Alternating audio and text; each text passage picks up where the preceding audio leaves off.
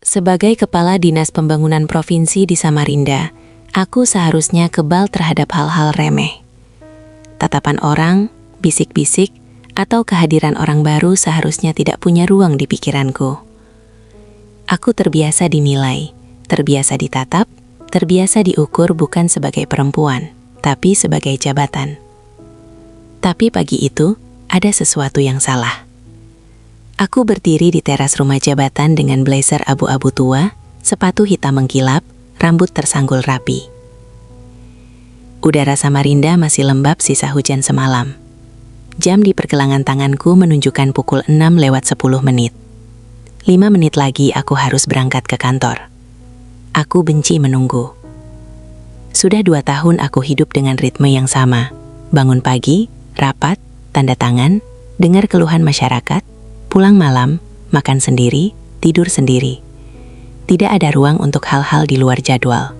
Tidak ada toleransi untuk keterlambatan. Sopir lamaku dipindahkan minggu lalu karena sakit. Hari ini, orang baru akan menggantikannya. Aku menarik napas pendek, menahan kesal yang belum sempat punya sasaran. Dan saat itulah, mobil dinas berhenti tepat di depan teras. Hitam, bersih, mesin menyala halus. Pintu pengemudi terbuka, dan seorang pria muda turun dengan gerakan tenang. Tingginya di atas rata-rata, bahunya tegap. Seragam sopirnya rapi tanpa lipatan berlebihan. Rambutnya dipotong pendek, hitam, sedikit bergelombang. Kulitnya gelap terbakar matahari, bukan gelap malas, tapi gelap orang yang terbiasa bekerja di luar. Ia berdiri tegak, menunduk sedikit. Selamat pagi, Bu. Ia berjalan cepat, membuka pintu belakang mobil untukku. Dan disitulah aku berhenti sesekian detik. Bukan karena sopannya, bukan karena ketepatannya, tapi karena tatapan matanya. Tatapan itu jernih, lurus, tidak menghindar, tapi juga tidak menantang. Seperti seseorang yang tahu siapa dirinya, dan tahu siapa aku, tanpa perlu merendahkan salah satunya. Itu bukan tatapan bawahan yang gugup. Bukan juga tatapan orang yang ingin mengambil muka. Itu tatapan manusia ke manusia. Aku tidak suka perasaan itu. Aku masuk ke mobil tanpa mengatakan apa-apa. Duduk tegak, menyimpan tas kerja di sampingku. Ia menutup pintu dengan hati-hati, tidak dibanting, tidak terburu-buru. Lalu duduk di kursi depan dan menyalakan mesin dengan cekatan. Mobil bergerak. Aneh. Tidak ada suara basa-basi. Biasanya sopir baru akan bertanya ini itu. Minta arahan, cari aman. Tapi pria ini, yang kemudian baru aku tahu bernama Arga Pratama, diam, fokus ke jalan. Tangannya mantap di kemudi. Aku mengamati dari kaca spion tengah. Rahangnya tegas. Sorot matanya serius.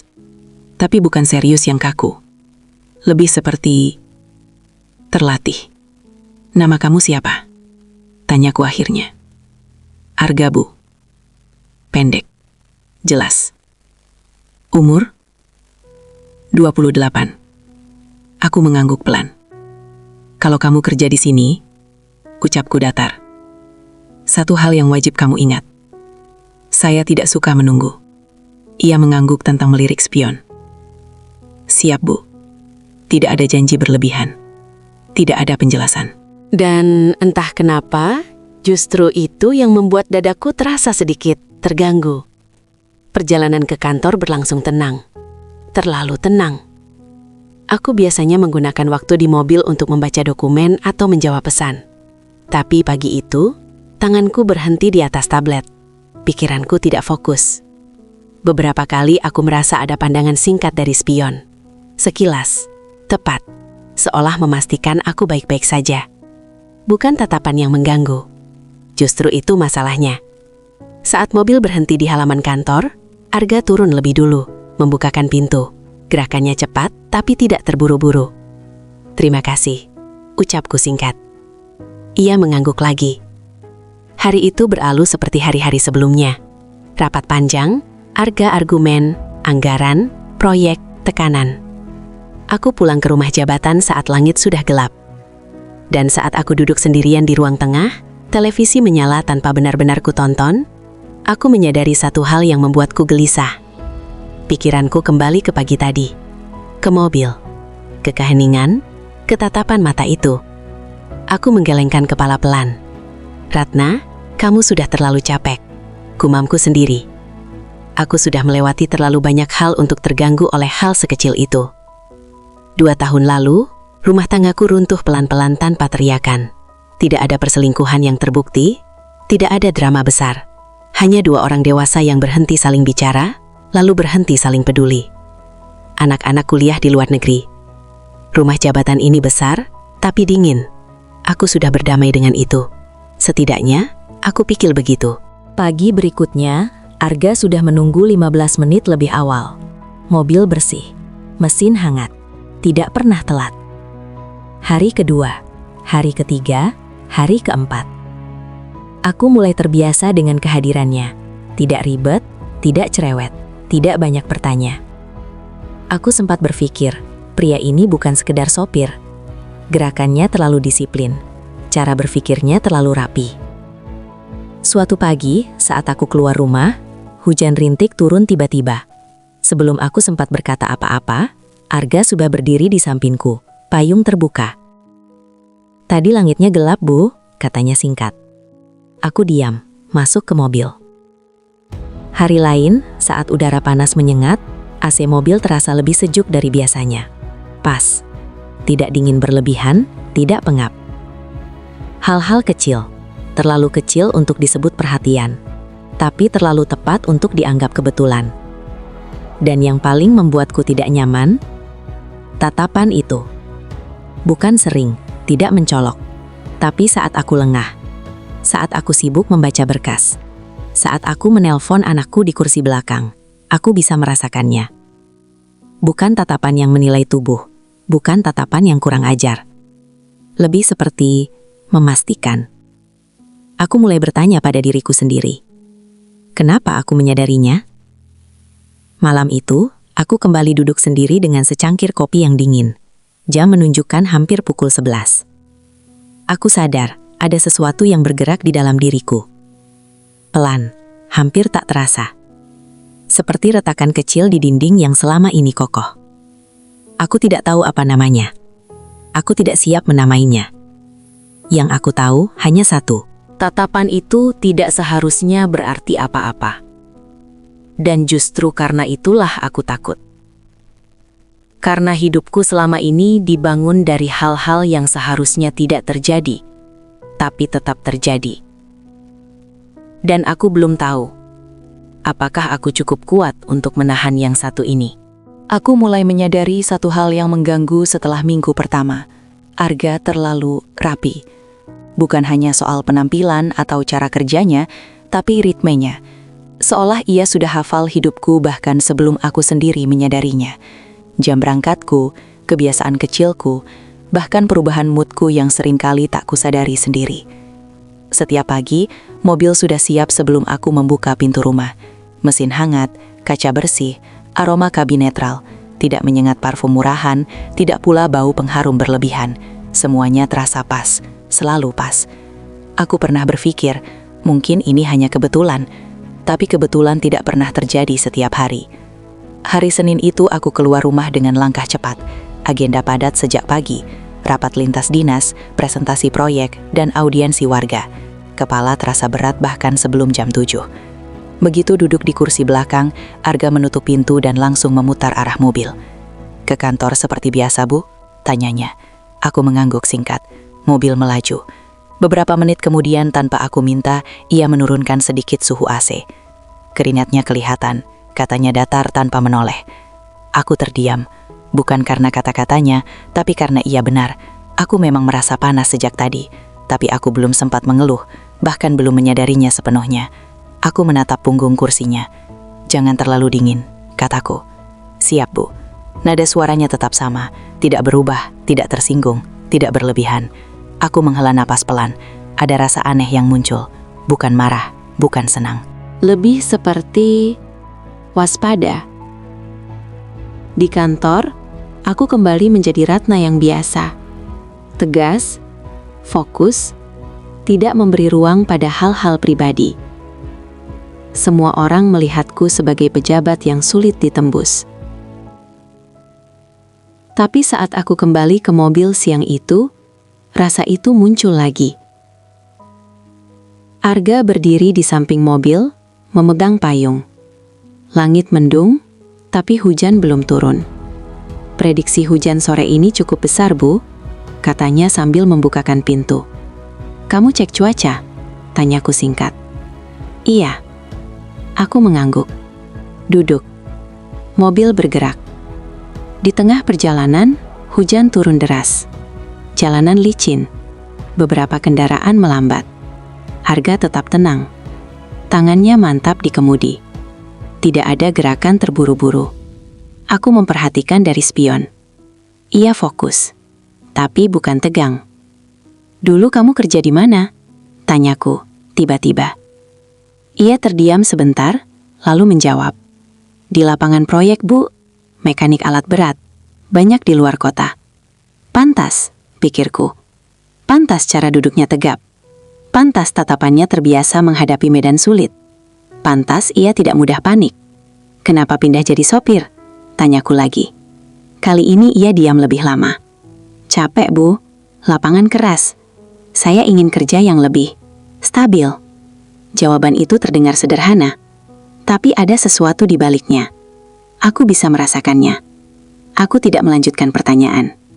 Hari-hari berikutnya, aku mulai memperhatikan detail kecil lain. Ia selalu berhenti di tempat yang sama saat menurunkanku.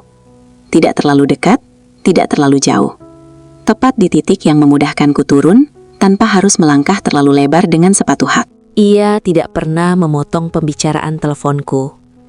Tidak pernah menyalakan radio tanpa izin. Bahkan, saat aku tertidur sebentar di kursi belakang, ia mengemudi lebih pelan. Aku tahu itu, karena suatu hari aku terbangun di lampu merah yang biasanya sudah kulewati. Kenapa pelan? Tanyaku sambil merapikan blazer. Ibu tertidur, jawabnya singkat. Tidak ada senyum, tidak ada nada bercanda. Aku terdiam. Sejak kapan terakhir kali seseorang memperhatikanku tanpa diminta? Malam itu, aku duduk di ruang makan rumah jabatan. Mbak Sari, asisten rumah tangga, sudah pulang ke kamarnya. Rumah terasa terlalu besar untuk satu orang. Aku membuka ponsel. Tidak ada pesan penting. Anak-anakku jarang mengabari, kecuali jika butuh sesuatu. Entah kenapa, pikiranku kembali ke siang tadi, ke suara mesin mobil yang lebih pelan, ke jalan yang terasa lebih halus. Aku meneguk teh yang sudah dingin. Berlebihan, gumamku. Aku ini pejabat, terbiasa dikelilingi orang yang bersikap ramah karena kepentingan, terbiasa dengan perhatian palsu. Kenapa justru perhatian paling sunyi yang mengusik? Esok paginya sesuatu terjadi. Aku keluar rumah dengan tergesa. Ada rapat mendadak. Aku lupa membawa map berisi dokumen penting. Saat aku baru saja duduk di mobil dan hendak menutup pintu, Arga muncul kembali dari arah teras. Bu? Aku menoleh. Ia menyerahkan map coklat itu. Ibu lupa. Aku terdiam beberapa detik. Terima kasih, kataku akhirnya. Ia mengangguk, lalu menutup pintu dan kembali ke kursinya. Aku menatap map itu lama. Aku yakin aku tidak pernah menyebutkan map itu padanya. Tapi entah bagaimana, ia tahu. Ia memperhatikan. Perhatiannya bukan mencolok. Justru itulah yang membuatku gelisah. Siang itu, di tengah rapat yang membosankan, pikiranku melayang. Aku membayangkan spion mobil. Tatapan sekilas itu. Cara ia cepat membuang pandang saat aku menoleh. Kenapa aku menyadarinya? Aku mencoba mengingatkan diriku sendiri. Ini tidak sehat. Ini hanya ilusi karena aku terlalu lama sendiri. Tapi ilusi tidak terasa sesenyap ini. Sore hari, saat kami dalam perjalanan pulang, hujan turun lagi. Kali ini lebih deras. Di lampu merah, Arga menoleh sedikit ke spion. Kalau ibu tidak keberatan, kita bisa lewat jalur memutar. Lebih sepi. Sedikit lebih lama, tapi lebih aman. Aku mengangguk. Mobil berbelok. Jalanan itu jarang kulewati. Pohon-pohon tinggi di kiri kanan. Lampu jalan redup. Suasananya tenang. Entah kenapa, aku merasa nyaman. Keheningan di antara kami tidak lagi terasa kosong. Tidak ada tekanan untuk bicara, tapi juga tidak ada jarak dingin. Arga, panggilku pelan. Iya, Bu. Kamu orangnya memang pendiam atau cuma ke saya? Ia tersenyum tipis. Sangat tipis. Hampir tak terlihat. Memang pendiam, Bu. Aku menangkap bayangan senyum itu di spion. Dan untuk pertama kalinya, aku merasa jantungku berdegup sedikit lebih cepat dari biasanya. Aku memalingkan wajah ke jendela. Tidak. Ini tidak boleh. Aku sudah terlalu jauh melangkah dalam hidup untuk terjebak pada hal seperti ini. Tapi malam itu, saat aku kembali duduk sendiri di ruang tengah, pikiran itu datang lagi. Bukan lagi tentang tatapan, tapi tentang ketiadaan. Tentang betapa sunyinya hidupku sebelum ia hadir. Dan betapa halusnya perubahan itu terjadi, tanpa izin, tanpa tanda bahaya yang jelas. Aku sadar, bahaya paling besar bukanlah ketertarikan yang meledak-ledak. Bahaya paling besar adalah kenyamanan. Dan Arga terlalu sempurna untuk sekadar disebut kebetulan. Hujan turun tanpa aba-aba sore itu. Bukan rintik yang manja, tapi hujan deras yang seperti sengaja ingin menghapus jejak apapun di kota ini. Langit Samarinda berubah kelabu sejak pukul 4. Awan menggantung rendah, berat, seolah menekan dada. Aku baru keluar dari rapat yang melelahkan. Kepala berdenyut, suara orang-orang masih terngiang. Keluhan, permintaan, tuntutan, semuanya bercampur jadi satu. Begitu aku duduk di kursi belakang mobil, Arga menutup pintu dengan gerakan yang sudah kukenal. "Kita pulang, Bu?" tanyanya. "Iya." Mobil melaju. Hujan semakin deras. Jalanan mulai macet. Lampu-lampu kendaraan memantul di aspal basah. Wiper bergerak cepat, ritmis. Aku menutup mata sebentar. Bukan tidur, hanya ingin diam. Dan di tengah keheningan itu, tanpa peringatan, mobil tersendat. Mesinnya batuk pelan. Sekali, 2 kali. Lalu mati. Aku membuka mata. "Ada apa?" tanyaku. Arga langsung menepi, memutar kunci lagi. Mesin tidak merespons. Ia turun tanpa panik. Aku duduk di dalam mobil, menatap hujan yang turun semakin deras. Ponselku ku ambil dari tas. Layar menyala. Tidak ada sinyal. Aku mendesah pelan. Beberapa menit berlalu. Arga masih di depan. Kap mobil terbuka. Bajunya mulai basah. Rambutnya yang rapi kini lepek terkena hujan.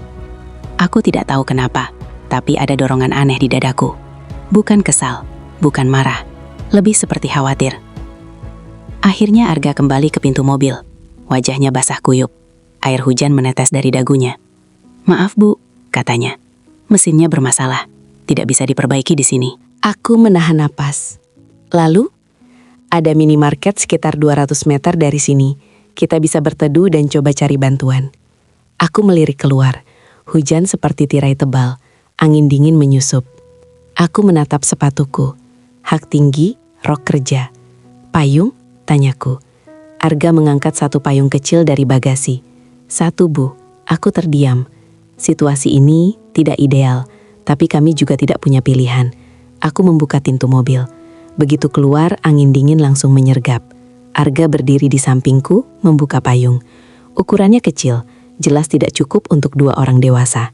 "Kita harus jalan cepat," katanya. Aku mengangguk. Kami melangkah. Aku di sisi dalam, Arga di sisi luar. Tangannya memiringkan payung ke arahku. Pundaknya terkena hujan lebih dulu. Bajunya basah hampir seketika. Aku menyadarinya, dan perasaan bersalah menyelinap masuk. "Kamu kehujanan," kataku. "Tidak apa-apa, Bu." Kami berjalan dalam diam, hanya suara hujan dan langkah kaki di genangan air. Jarak kami terlalu dekat. Bahuku hampir menyentuh lengannya. Setiap kali angin bertiup, payung bergeser, dan aku bisa mencium aroma samar sabun dari bajunya. Bukan parfum, bukan wangi buatan, wangi bersih.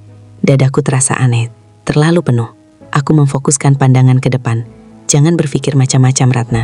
Sesampainya di minimarket, aku berhenti di depan pintu. Separuh bajuku basah, rambutku pasti sudah berantakan. Arga masuk sebentar. Aku berdiri di luar memeluk tas kerja. Hujan masih turun. Aku melihat pantulan bayanganku di kaca minimarket. Aku tidak terlihat seperti kepala dinas. Aku terlihat seperti perempuan lelah yang kehujanan. Arga keluar beberapa menit kemudian, menggeleng. Tidak ada sinyal, Bu. Telepon saya juga mati. Aku menarik napas panjang, menahan kesal yang mulai muncul. Terus, kita harus bagaimana? Arga menoleh ke sekitar. Di sudut minimarket, ada bangku kecil. Kita tunggu sebentar. Hujannya mungkin reda. Aku tidak menjawab, tapi kakiku melangkah ke arah bangku itu. Kami duduk. Bangkunya sempit. Jarak kami terjaga, tapi tetap terlalu dekat. Pundak kami sesekali bersentuhan. Tidak disengaja, tapi terasa. Beberapa menit pertama kami diam. Aku menatap hujan. Arga menatap ponselnya. Sesekali ia melirik keluar, memastikan situasi. Arga, panggilku akhirnya. Iya, Bu. Kamu sudah punya istri? Pertanyaan itu keluar begitu saja. Bahkan aku sendiri terkejut. Arga menoleh. Wajahnya tampak kaget, tapi tidak tersinggung. Belum, Bu. Pacar? Sudah tidak. Aku mengangguk pelan. Aku tidak tahu kenapa aku bertanya. Mungkin karena hujan, mungkin karena sunyi, mungkin karena aku terlalu lama sendiri. Kenapa berhenti? Tanyaku. Ia diam sebentar. Sudah tidak sejalan. Jawaban singkat, tapi jujur. Aku tersenyum tipis, tanpa sadar. Kadang yang tidak sejalan itu bukan karena salah jalan, tapi karena lelah. Ia menoleh ke arahku. Tatapannya tidak lama, tapi cukup. Hujan tidak juga reda. Jam di dinding minimarket menunjukkan pukul 7 malam.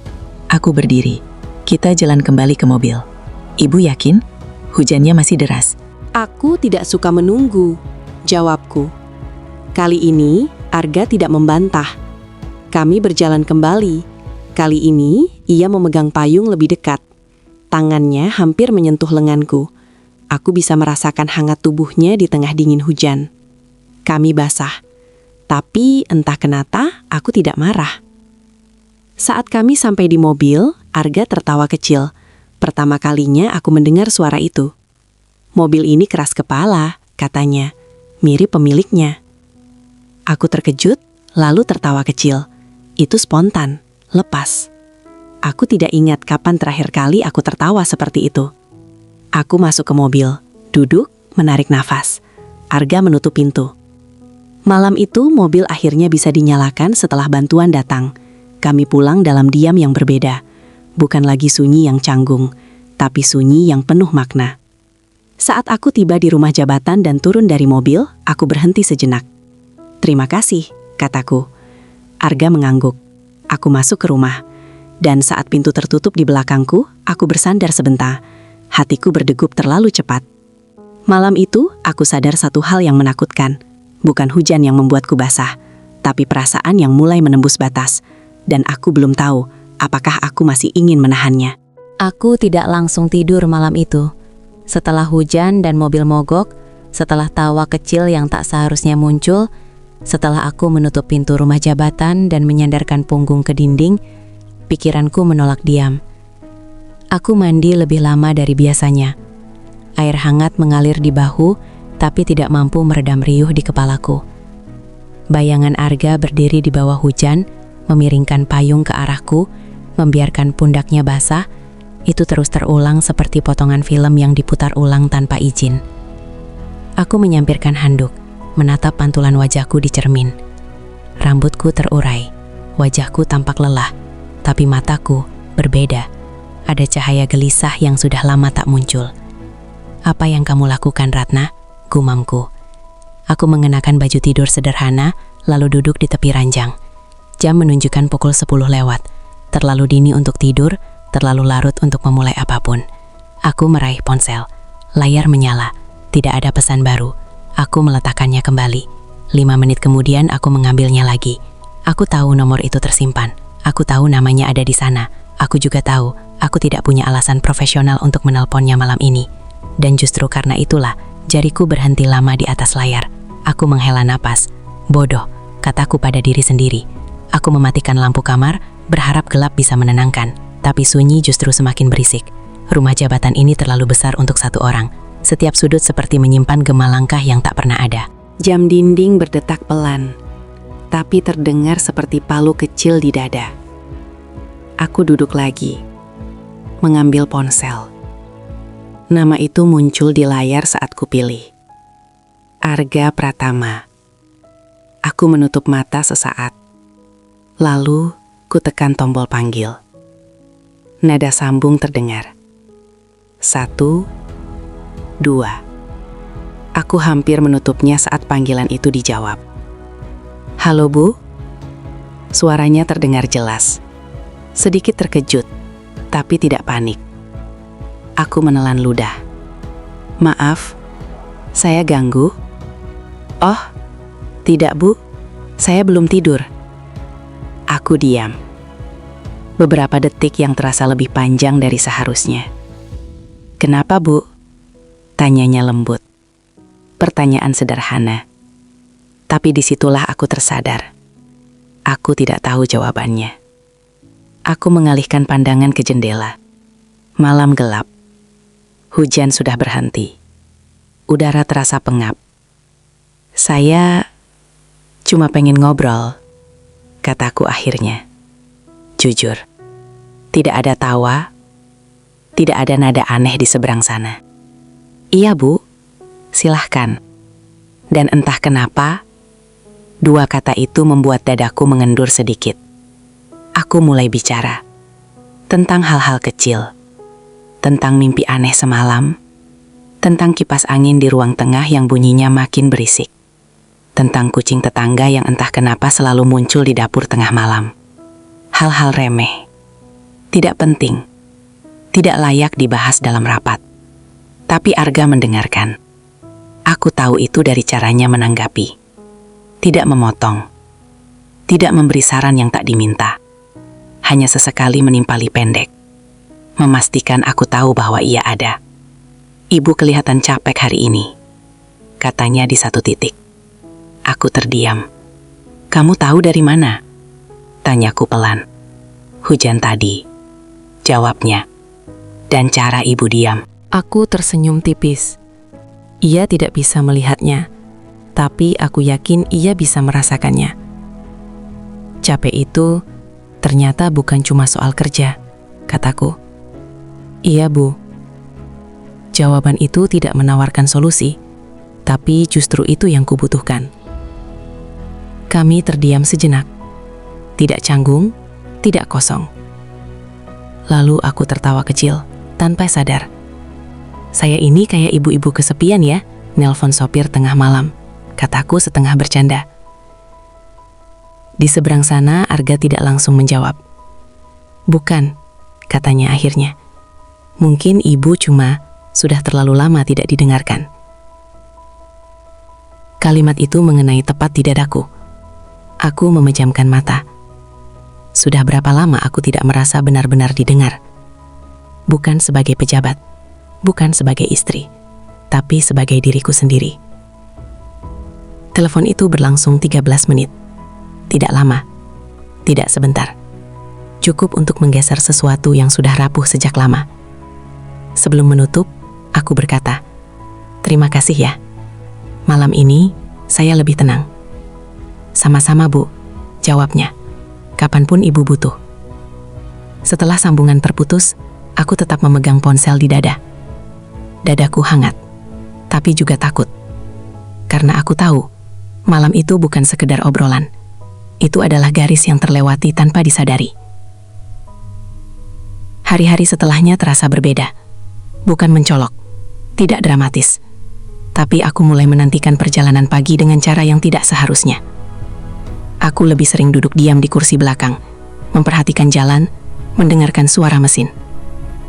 Suatu pagi, saat kami berhenti di lampu merah, aku melihat bayangan wajahku di kaca jendela. Aku tampak lebih hidup, dan itu menakutkan. Dalam perjalanan ke kantor, aku tiba-tiba berkata, "Arga, nanti siang kita lewat jalan yang lain." Ia menoleh sedikit ke spion. "Yang mana, Bu?" "Yang mutar. Saya bosan lewat jalan itu-itu saja." Padahal aku tidak pernah keberatan sebelumnya. Aku selalu memilih rute tercepat, efisien. Tapi lewat sana lebih lama. Tidak apa-apa. Ia mengangguk. Dan sepanjang perjalanan itu, aku mengeluarkan 2 kotak kecil dari tas kerjaku. "Ini," kataku sambil menaruhnya di jok depan. Arga menoleh sekilas. "Apa ini, Bu?" "Makan siang." Ia tampak ragu. "Untuk saya?"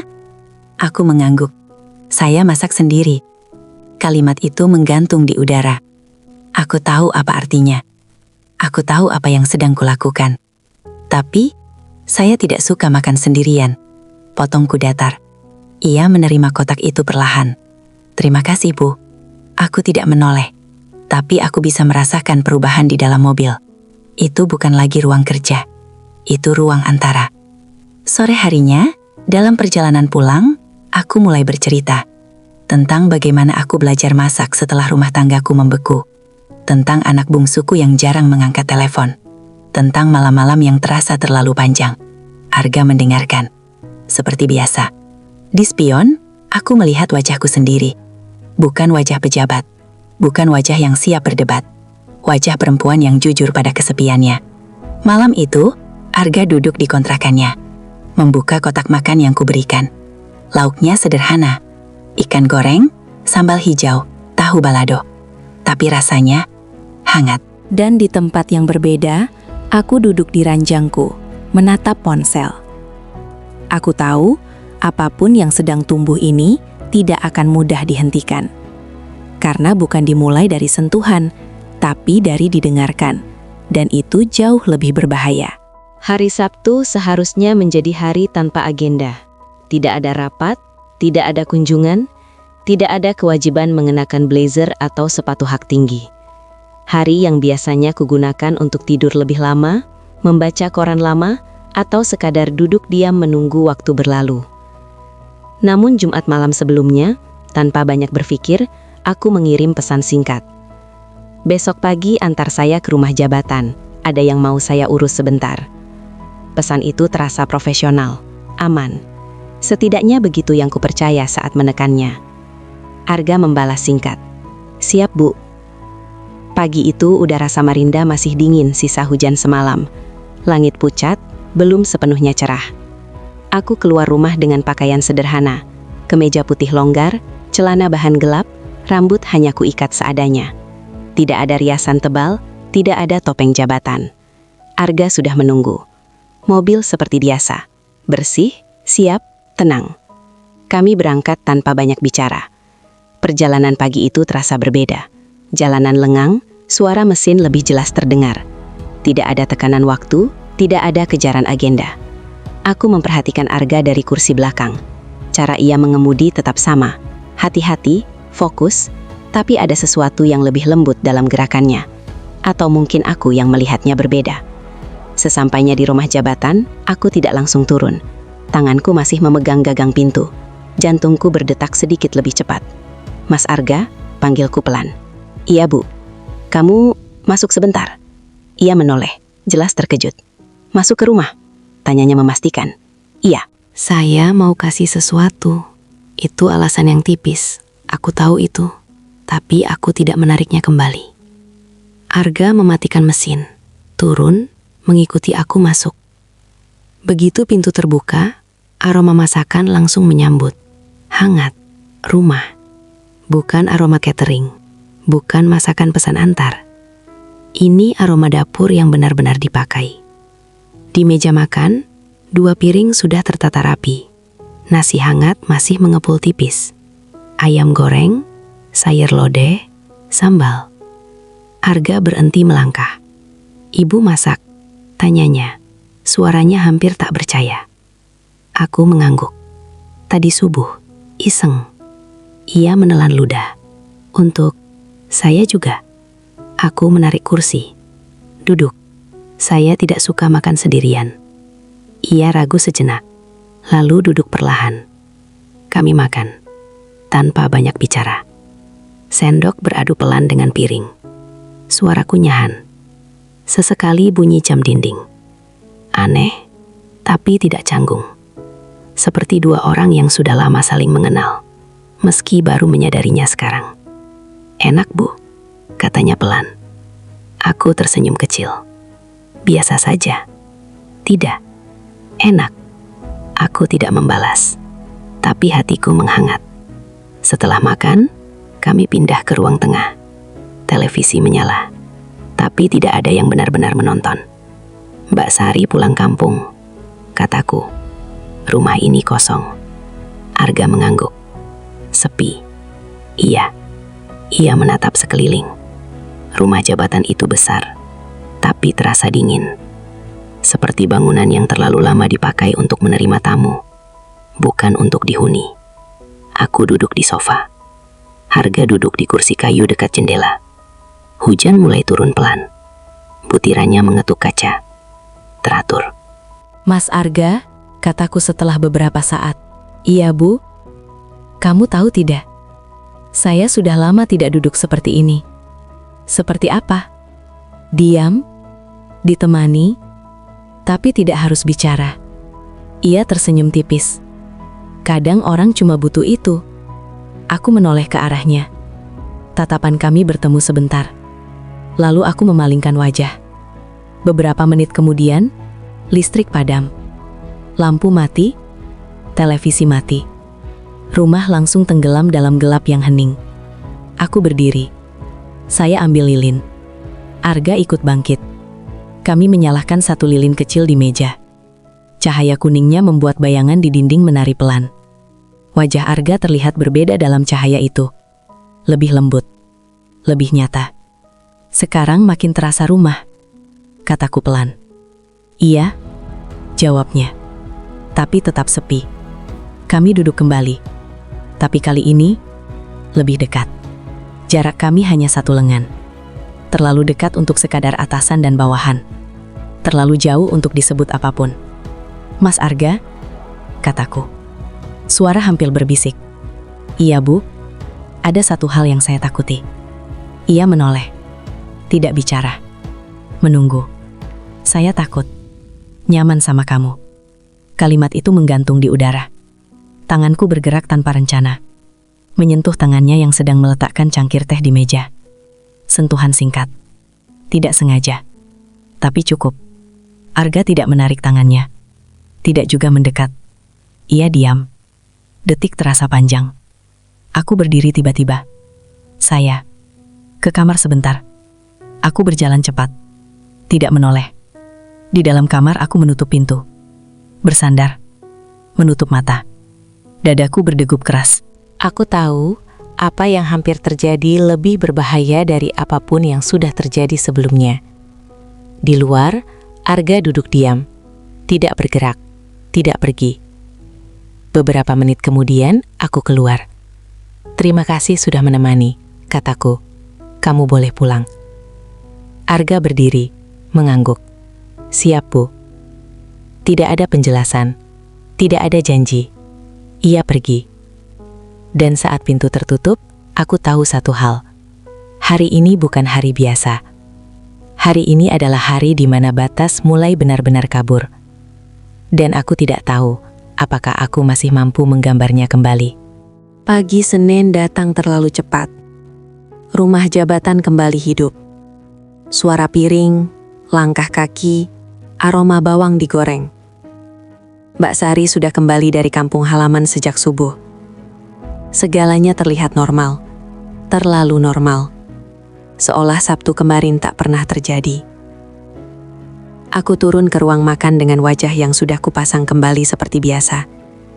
Rambut rapi, blus gelap, sepatu tertata.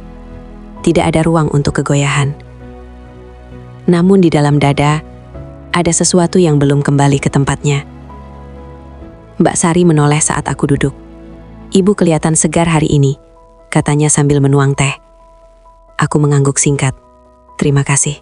Tapi aku tahu, matanya memperhatikanku lebih lama dari biasanya. Bukan tatapan ramah, lebih seperti mengukur. Aku berdiri lebih cepat dari biasanya. Mobil sudah siap? Tanyaku. Mas Arga sudah datang dari tadi. Jawabnya. Aku berhenti sepersekian detik. Dari tadi?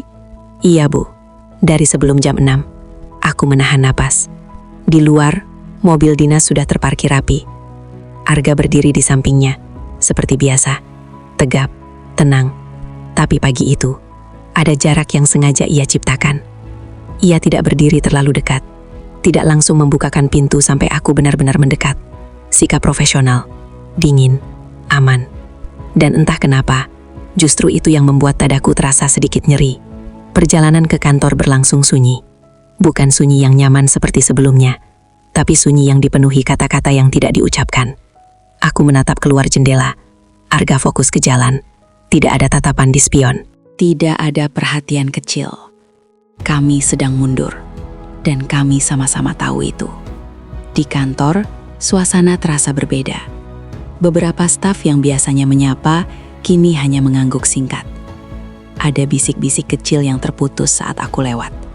Aku sudah terbiasa dengan gosip politik, tapi yang ini terasa lebih personal. Aku menutup diri dalam pekerjaan, rapat demi rapat. Namun di sela-sela itu, aku melihatnya. Tatapan Mbak Sari. Saat aku turun sebentar ke lobi untuk mengambil berkas, aku melihatnya berdiri di lorong, berbicara di telepon dengan suara ditekan. Sekarang Mas Arga sering banget di rumah. Ibu juga beda sikapnya. Kalimat itu terpotong saat ia sadar aku mendekat. Ia tersenyum kaku. Ibu mau kemana? Ke ruang kerja, jawabku singkat. Aku melangkah pergi, tapi jantungku berdegup lebih cepat. Siang itu, Arga menungguku di mobil. Duduk tegak, diam. Aku masuk tanpa bicara. Kami berangkat. Beberapa menit berlalu dalam keheningan yang tegang. Mas Arga, kataku akhirnya. Iya, Bu. Kalau kamu merasa saya bersikap tidak profesional, bilang. Ia terdiam lama. Saya hanya menjalankan tugas, Bu. Jawabnya pelan. Kalimat itu aman, terlalu aman. Aku menutup mata sebentar. Mulai sekarang, jangan sering masuk ke rumah kalau tidak ada urusan. Ia mengangguk. Siap. Tidak ada protes, tidak ada tanya. Dan justru itu yang membuatku merasa bersalah. Karena aku tahu, yang kubicarakan bukan soal aturan, tapi soal rasa takut. Sore harinya, aku dipanggil ke ruang salah satu kolega. Wajahnya serius. Ratna, katanya pelan. Aku cuma mau ingatkan. Kamu sekarang jadi sorotan. Apa maksudmu? Ada yang memperhatikan gerak-gerikmu. Kamu tahu sendiri, posisi kita. Aku mengangguk. Terima kasih. Keluar dari ruangan itu, kakiku terasa berat. Aku tidak bodoh. Aku tahu dunia ini penuh mata dan telinga. Aku tahu satu kesalahan kecil bisa dipelintir jadi senjata. Dan Arga bisa jadi titik lemahnya. Malamnya, aku duduk sendirian di ruang tamu. Lampu redup, televisi mati. Ponselku bergetar di meja. Pesan masuk. Nomor tidak dikenal. Hati-hati dengan orang yang terlalu dekat. Dadaku langsung sesak. Aku menatap layar lama. Jari-jariku dingin. Tak lama, ponsel bergetar lagi. Kali ini dari Arga. Bu, ada sesuatu yang perlu Ibu tahu. Tapi sebaiknya kita bicara langsung. Aku menutup mata. Permainan ini sudah dimulai. Keesokan harinya, saat Arga menungguku di parkiran kantor, aku melihatnya berbeda. Wajahnya serius, ada ketegangan di rahangnya. Kita bicara di mobil, kataku singkat. Begitu pintu tertutup dan mesin menyala, ia langsung bicara. Ada yang memperhatikan kita, Bu. Aku menoleh. Siapa? Saya tidak tahu pasti. Tapi kemarin ada orang mengikuti saya sampai kontrakan. Hanya berdiri, tidak bicara. Darahku terasa surut. Kenapa kamu tidak bilang dari kemarin? Saya tidak mau membuat Ibu panik. Aku menghela napas panjang. Kamu tidak salah, tapi situasi ini berbahaya. Ia menatap jalan, lalu berkata pelan. Saya bisa mundur, Bu. Kalau itu membuat Ibu aman. Kalimat itu menusuk. Ini bukan soal kamu, kataku cepat. Ini soal semua. Kami diam. Mobil terus melaju. Dan untuk pertama kalinya, Aku benar-benar merasakan beratnya posisi ini. Bukan hanya sebagai pejabat, tapi sebagai perempuan yang memilih merasa. Sejak hari itu, setiap langkah terasa diawasi. Tatapan staf, senyum palsu, bisik-bisik yang berhenti tiba-tiba. Aku dan Arga menjaga jarak di depan umum. Tidak bicara di luar tugas. Tidak ada obrolan pribadi. Tapi justru jarak itu membuat rasa semakin menekan. Seperti api yang ditutup rapat. Tidak terlihat, tapi makin panas. Malam itu, aku berdiri di depan jendela kamar, menatap halaman yang gelap. Aku tahu, aku sedang berada di persimpangan, dan apapun pilihanku nanti, akan ada harga yang harus dibayar. Sejak pesan itu datang, tidurku tak pernah lagi benar-benar utuh. Setiap malam aku terbangun di jam yang sama, antara pukul 2 dan 3 dini hari. Keringat dingin membasahi tengkuk, meski pendingin ruangan menyala. Aku duduk di tepi ranjang, menatap pintu kamar seolah menunggu sesuatu yang tak pernah datang. Hati-hati dengan orang yang terlalu dekat. Kalimat itu terus terngiang. Tidak ada tanda tangan, tidak ada nama, tidak ada tuntutan. Justru itulah yang membuatnya menakutkan. Pesan itu tidak meminta apapun. Ia hanya ingin aku tahu bahwa aku sedang diawasi, dan aku tidak sendirian. Pagi itu, saat Arga mengantarku ke kantor, suasana di dalam mobil terasa lebih berat dari biasanya. Tidak ada pembicaraan ringan, tidak ada tatapan di spion, bahkan keheningan pun terasa tegang. "Bu," kata Arga akhirnya, suaranya rendah. "Kalau hari ini ibu ingin saya tidak ikut ke beberapa lokasi, saya bisa menunggu di kantor." Aku menoleh. "Kenapa?" "Biar tidak terlalu terlihat." Aku mengangguk pelan. "Lakukan saja yang menurutmu paling aman." Ia menerima jawabanku tanpa protes. Namun, aman itu relatif, terutama di dunia yang penuh kepentingan. Siang itu, aku menerima sebuah amplop coklat tanpa pengirim. Diletakkan di meja kerjaku oleh staf yang mengaku menemukannya di meja resepsionis. Tanganku sedikit gemetar saat membukanya. Di dalamnya ada 2 foto. Foto pertama, aku dan Arga berjalan berdampingan menuju minimarket malam hujan itu. Buram, diambil dari jauh, tapi cukup jelas untuk dikenali. Foto kedua, Arga duduk di ruang tamu rumah jabatanku. Diambil dari sudut jendela. Dari luar. Aku menutup amplop itu perlahan. Dadaku terasa sesak. Bukan karena takut pada foto-foto itu, tapi karena menyadari betapa dekatnya orang yang mengawasi kami. Ponselku bergetar. Pesan masuk dari nomor yang sama. Ini baru peringatan. Aku bersandar di kursi, menutup mata, menarik nafas dalam-dalam. Permainan ini bukan soal gosip. Ini sudah masuk wilayah ancaman.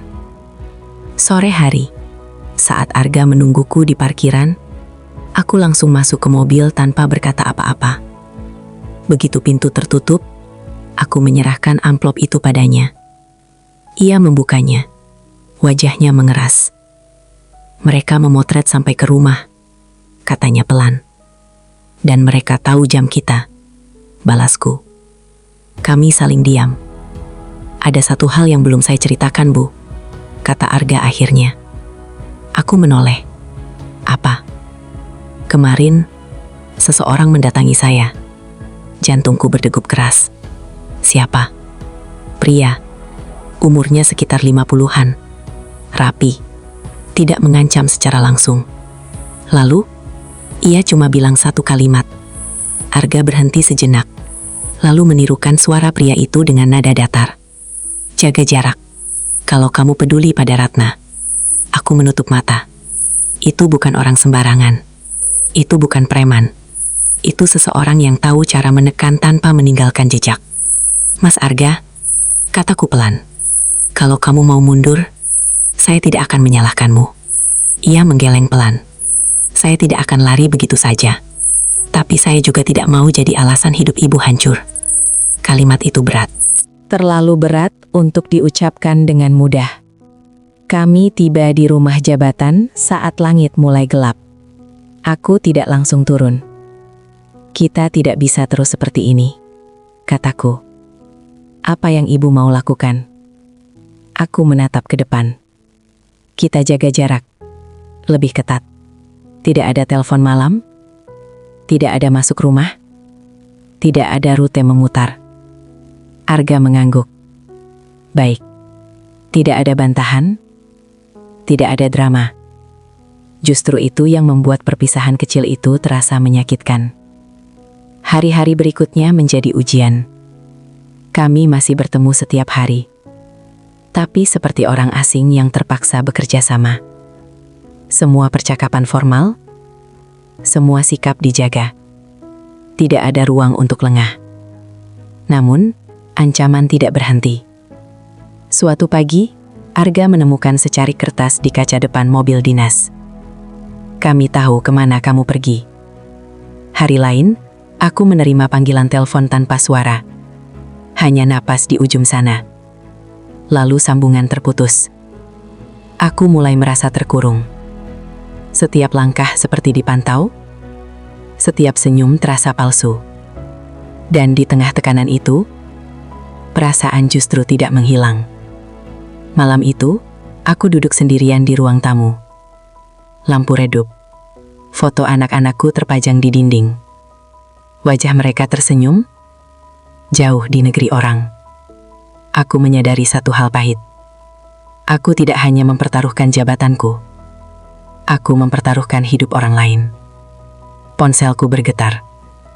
Pesan dari Arga. Bu, maaf. Saya tahu kita sepakat jaga jarak. Tapi saya cuma mau bilang, saya baik-baik saja. Ibu juga harus jaga diri.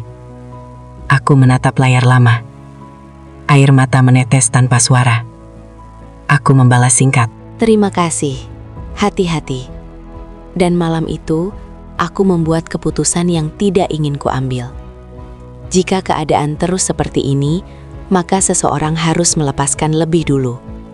Bukan karena cinta itu salah, tapi karena dunia ini terlalu kejam untuk orang-orang yang lupa menjaga jarak. Dan aku tahu, perpisahan sedang mendekat. Hari itu datang tanpa peringatan. Tidak ada mimpi buruk sebelumnya. Tidak ada firasat yang cukup jelas untuk membuatku bersiap. Pagi itu bahkan terasa terlalu biasa. Langit cerah, udara hangat, dan jadwalku penuh seperti hari-hari lainnya. Justru itulah yang membuatnya terasa kejam. Aku baru saja duduk di ruang kerja ketika pintu diketuk. Sekretaris masuk dengan wajah yang tidak bisa ia sembunyikan kegelisahannya. "Ibu, ada tamu. Katanya penting." "Siapa?" tanyaku tanpa menoleh. Ia menelan ludah. "Suami ibu." Tanganku berhenti di atas berkas. Aku mengangkat kepala perlahan. "Suruh masuk," kataku akhirnya. Pintu terbuka. Pria itu masuk dengan langkah mantap. Rambutnya mulai memutih di pelipis. Setelan jasnya rapi, tapi wajahnya keras. Bukan wajah marah yang meledak-ledak. Ini wajah seseorang yang sudah lama menahan sesuatu dan akhirnya memutuskan untuk berhenti menahan.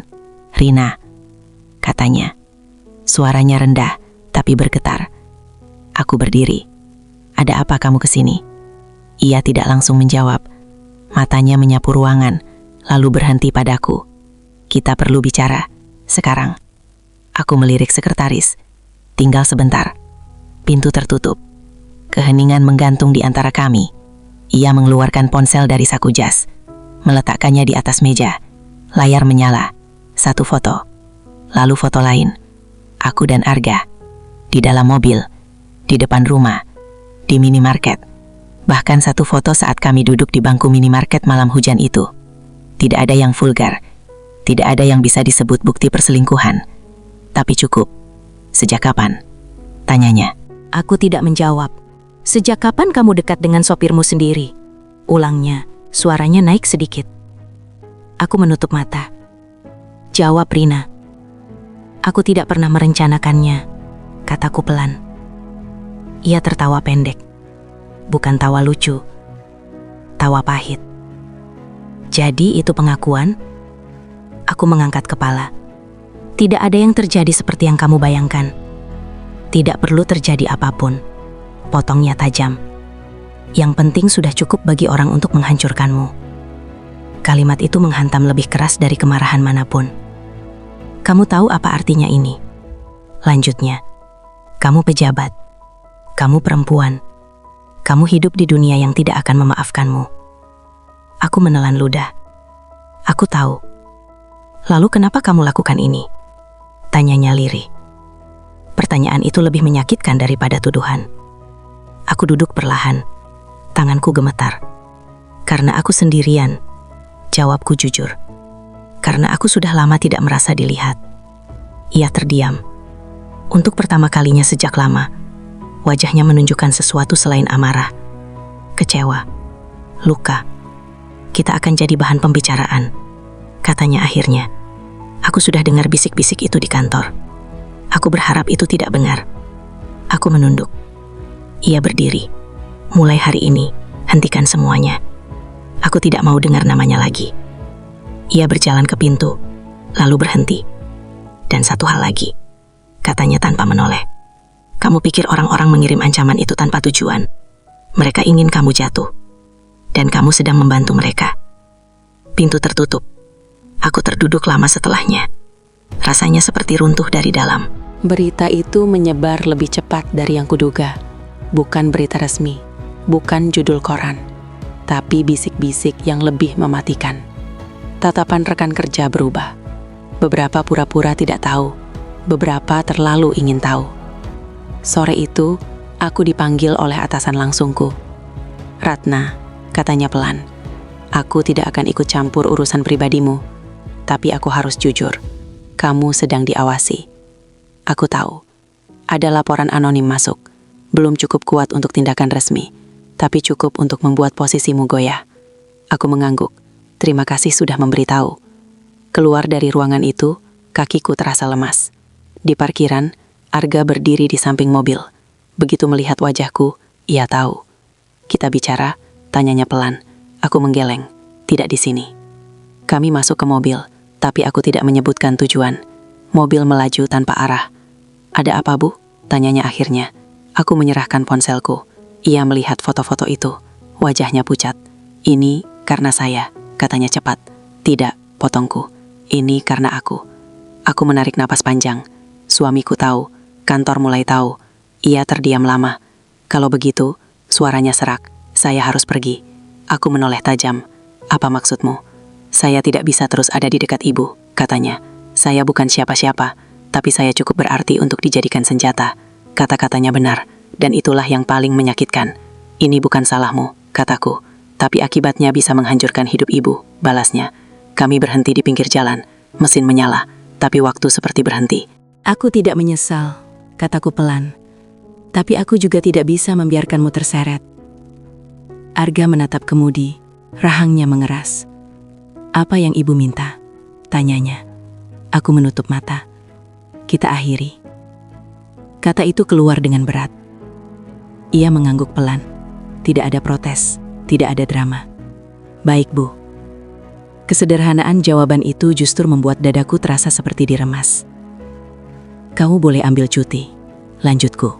Aku akan atur pemindahanmu. Ia mengangguk lagi. Saat kami tiba di rumah jabatan, ia membuka pintu mobil seperti biasa.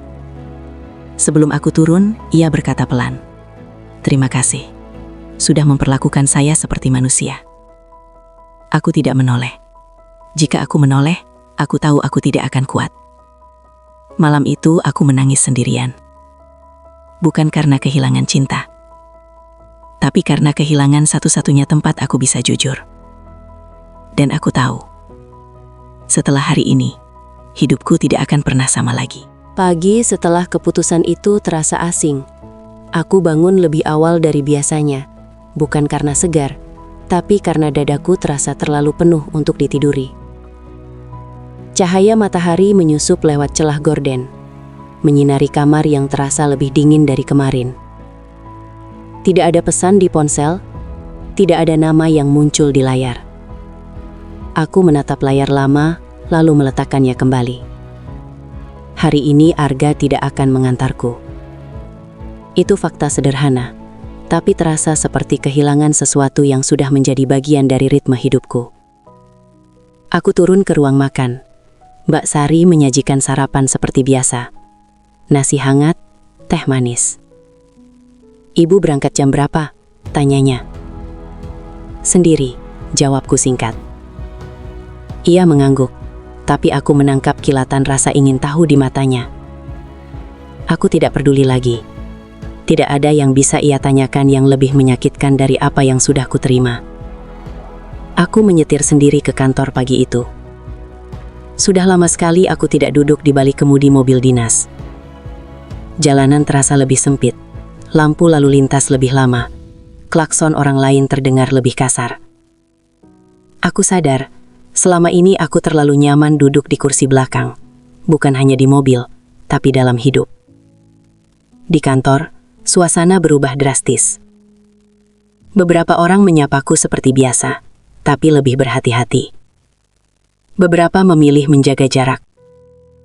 Senyum-senyum itu terasa kaku, seperti topeng yang dipasang setengah hati. Aku dipanggil rapat tertutup. Isinya tidak langsung menyebut namaku. Tidak ada tuduhan. Tidak ada vonis.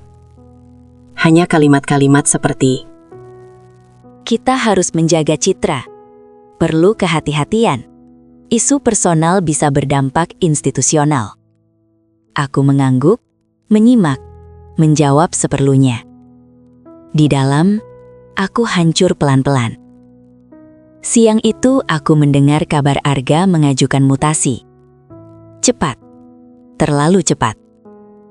Aku duduk lama di ruang kerjaku, menatap berkas tanpa membaca. Tanganku ingin meraih ponsel. Tapi aku tahu, satu pesan saja bisa membongkar dinding yang susah payah kubangun. Aku tidak menghubunginya. Sore hari aku turun ke parkiran. Mobil dinas terparkir rapi. Sopir pengganti berdiri di sampingnya. Wajahnya ramah, sedikit gugup. Selamat sore, Bu. Aku mengangguk. Mobil melaju. Dan disitulah aku sadar. Tidak ada yang salah dengan cara mengemudinya. Tidak ada yang salah dengan ketepatan waktunya. Tapi ada sesuatu yang hilang. Bukan kenyamanan. Bukan perhatian. Keheningan yang mengerti. Malam itu aku duduk sendirian di ruang tamu. Lampu tidak semuanya dinyalakan. Hanya satu, cukup untuk mengusir gelap tanpa benar-benar menghangatkan. Ponselku bergetar. Satu pesan masuk. Nomor tidak dikenal. Kamu memilih jalan yang benar. Jangan ulangi kesalahan. Aku menghapus pesan itu tanpa membalas. Aku sudah terlalu lelah untuk takut. Beberapa hari kemudian, aku mendengar Arga resmi dipindahkan ke unit lain di luar kota. Tidak disebutkan kemana. Tidak perlu. Aku berdiri di depan jendela rumah jabatan, menatap halaman kosong. Aku bertanya pada diriku sendiri, apakah ini harga yang pantas? Karirku masih utuh. Namaku belum jatuh. Aku masih duduk di kursi yang sama, dengan jabatan yang sama. Tapi setiap malam terasa lebih panjang. Aku mencoba meyakinkan diri bahwa aku melakukan hal yang benar. Bahwa aku menyelamatkan semua orang. Bahwa perasaan ini hanya luka sementara. Namun luka yang tidak diobati akan belajar hidup di dalam diri. Suatu sore, saat aku harus menghadiri acara resmi, aku melihatnya. Tidak dekat, tidak mencolok. Arga berdiri di kejauhan, mengenakan pakaian kerja yang berbeda. Lebih sederhana, lebih bebas. Wajahnya lebih tirus. Matanya lebih dewasa. Tatapan kami bertemu sepersekian detik. Tidak ada senyum, tidak ada sapaan. Hanya pengakuan diam-diam bahwa kami pernah berada di ruang yang sama dan keluar dengan bekas masing-masing. Aku memalingkan wajah lebih dulu. Di dalam mobil, aku menutup mata.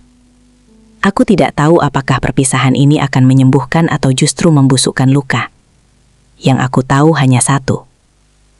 Tidak semua cinta harus dimiliki untuk menjadi nyata. Dan tidak semua perpisahan berarti selesai. Malam itu aku duduk di tepi ranjang, memeluk bantal, menatap kosong. Aku telah memilih jalan yang aman. Tapi untuk pertama kalinya dalam hidupku, aku bertanya, aman untuk siapa? Waktu tidak pernah benar-benar menyembuhkan. Ia hanya mengajari kita cara berjalan sambil menahan nyeri. Berbulan-bulan berlalu sejak hari itu. Aku kembali menjalani hidupku dengan disiplin yang sama, agenda yang rapi, dan wajah yang selalu siap dipasang. Namaku kembali disebut dalam rapat-rapat, tanda tanganku kembali diburu, dan kalender kerjaku kembali penuh. Dari luar semuanya terlihat pulih, namun malam-malam tetap panjang. Aku sering duduk di ruang tengah rumah jabatan, menatap jam dinding yang bergerak pelan. Setiap detiknya seperti bertanya, "Kamu baik-baik saja?" Dan aku selalu menjawab dengan diam. Anak-anakku pulang liburan suatu akhir pekan. Rumah menjadi lebih berisik, lebih hidup. Aku tertawa bersama mereka, memasak, mendengarkan cerita kampus yang kadang tak ku mengerti sepenuhnya. Mereka memelukku, mengatakan aku terlihat lebih kuat. Aku mengangguk, tersenyum, dan membiarkan mereka percaya. Suamiku, atau lebih tepatnya pria yang masih menyandang status itu, datang suatu sore. Tidak dengan kemarahan, tidak dengan tuntutan. Kami duduk berhadapan, berbicara seperlunya, tentang anak-anak, tentang rencana ke depan, tentang hal-hal yang aman. Kami sepakat untuk tetap menjaga jarak yang sopan. Tidak ada rujuk, tidak ada perpisahan resmi. Hanya dua orang dewasa yang memilih tidak saling menyakiti lebih jauh. Aku kembali ke pekerjaanku dengan lebih keras dari sebelumnya. Aku menolak banyak undangan yang tidak perlu. Aku membatasi pergaulan. Aku berhenti membiarkan orang terlalu dekat. Aku aman. Dan disitulah letak masalahnya. Suatu hari, aku menerima undangan ke acara sosial yang diadakan lembaga mitra. Acara amal, sederhana, jauh dari sorotan besar. Aku datang tanpa pengawalan berlebihan, mengenakan pakaian formal yang tidak mencolok. Ruangannya hangat, lampu-lampu kecil menggantung, musik lembut mengalun. Orang-orang berbincang dengan suara rendah. Aku menyapa beberapa kenalan, menandatangani buku tamu, lalu berdiri di sudut ruangan dengan segelas air mineral. Dan di sanalah aku melihatnya. Tidak langsung, tidak mencolok. Arga berdiri di sisi lain ruangan, tidak sebagai sopir, tidak sebagai bayangan. Ia mengenakan kemeja sederhana dan celana gelap. Rambutnya sedikit lebih panjang, wajahnya lebih matang. Ada garis halus di sekitar matanya, garis yang hanya muncul pada orang yang sudah melewati sesuatu. Dadaku mengencang. Aku tidak tahu berapa lama kami saling menatap.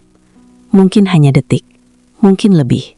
Waktu seperti biasa kehilangan ukurannya. Ia mendekat dengan langkah ragu, berhenti beberapa meter dariku, memberi jarak. Seperti dulu, ketika jarak adalah satu-satunya cara aman.